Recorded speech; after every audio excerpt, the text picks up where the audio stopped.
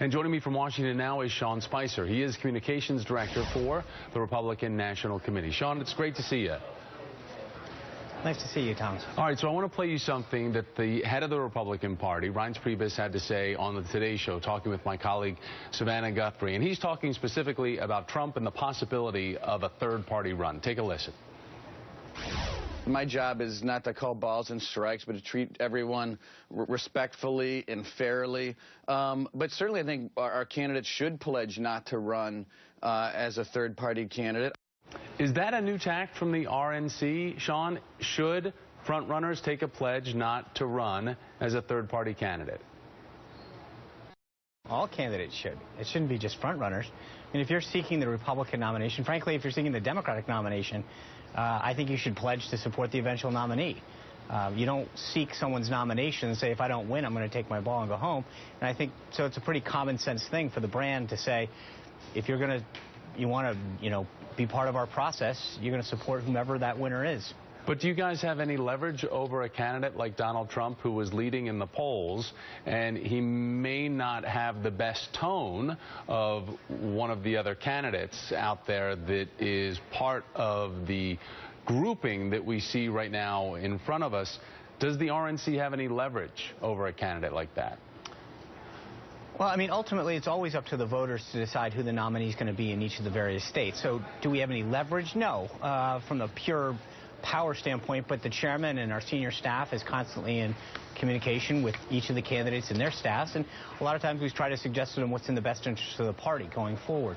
So do we talk to them? Yeah. Can we force any candidate to do anything? Absolutely not. I want to ask you about the back and forth that we've seen now from Mike Huckabee and President Obama. What do you think? Do you think it's appropriate for a Republican to compare President Obama and his Iranian nuclear deal and the policy of that to the Holocaust? Well, I'll go back to something my boss, the chairman, said when he was in a clip that you played, which is, we're not here to call balls and strikes. Myself, nor anyone here at the RNC is the arbiter of how to compare policies, so I'll leave it at that.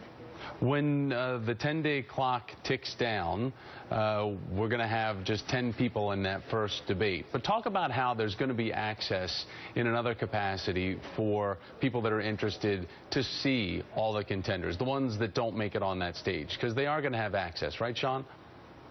Right, and that's a great point, Thomas, because what it comes down to is that there are 114 people that have filed to run for the nomination, the Republican nomination for president.